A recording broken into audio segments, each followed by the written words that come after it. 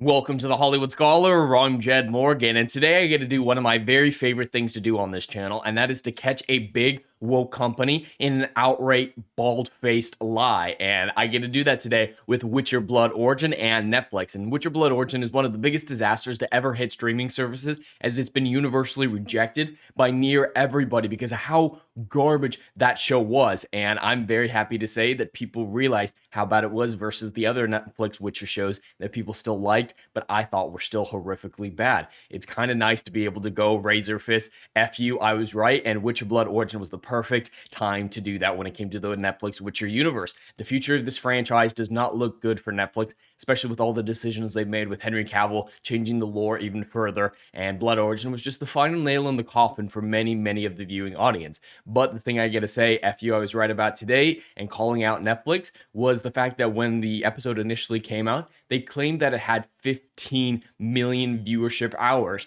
Now, that is not very good. That's not very good at all, especially for a show of this size and caliber. But I kind of threw those numbers into question, considering how poor the reception was and how few people were actually talking about it beyond the overwhelming negative reception to it. And it looks like I was right to throw those numbers into question. Now, this is why Netflix probably shouldn't do the hour or the minute watch viewership on their streaming platform, and maybe they should do like what HBO does, where they just say the views, because when the Neilson data comes out and can disprove whatever the viewership hours is, the views, it's kind of harder to translate views to viewership minutes that Neilson does. So HBO can kind of get away with that because there's not a real clear transition. But with Netflix using viewership hours, the hours translate into minutes very well. So I just want to show you this article real fast I did for Geeks and Gamers a few months ago when this news originally dropped. According to Netflix, The Witcher Blood Origin received 15 million viewership hours,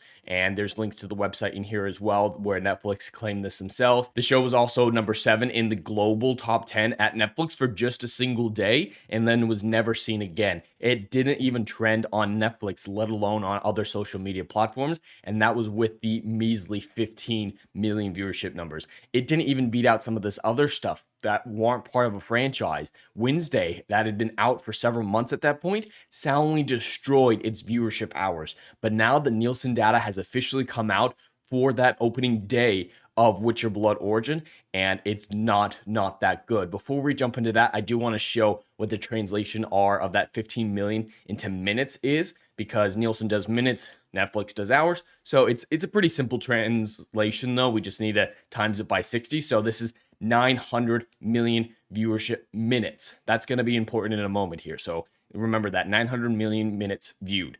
Now, what does Neilson say that Witcher Blood Origin got? Well, it doesn't really say what Netflix Witcher's Blood Origin did, because it didn't even crack the top 10.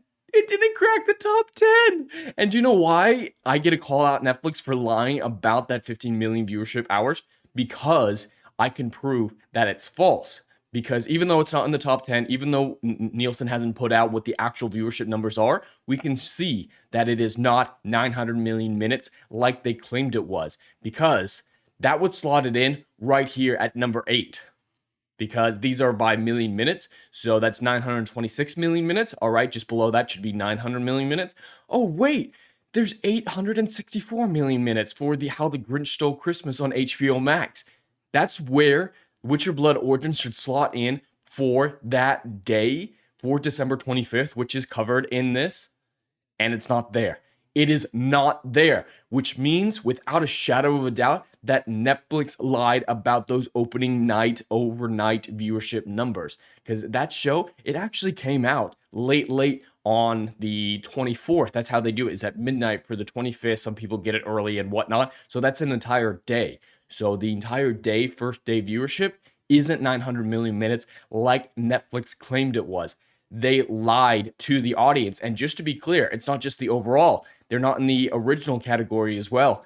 Netflix Witcher Blood Origin, not in there as well. Acquired, not in there as well. And of course, it's not in the minutes. Witcher Blood Origin was a disaster of untold proportions, and it's great to be in a position where I can say, hey, Netflix, you lied. You lied to the audience to try to make your show seem like a success, but it was an abject failure. And I can't wait to see the entire Netflix Witcher franchise burn in hell because of the atrocious adaptation and the utter disrespect for the source material that every single minute of every single one of their shows and animated movies mocked with everything that they had. They hate The Witcher, and now we get to say we hate your universe because it's not The Witcher, and fans have responded with universal hate for Witcher Blood Origin and a lot of apathy and not even watching it. So lying was all that you had, and now you've been caught in your lie, so you have nothing left to claim that your Witcher universe is a success. But anyway, that's all I have for today. I'd love to hear your thoughts in the comments below. Please like and subscribe, and I'll see you in the next video. Anon.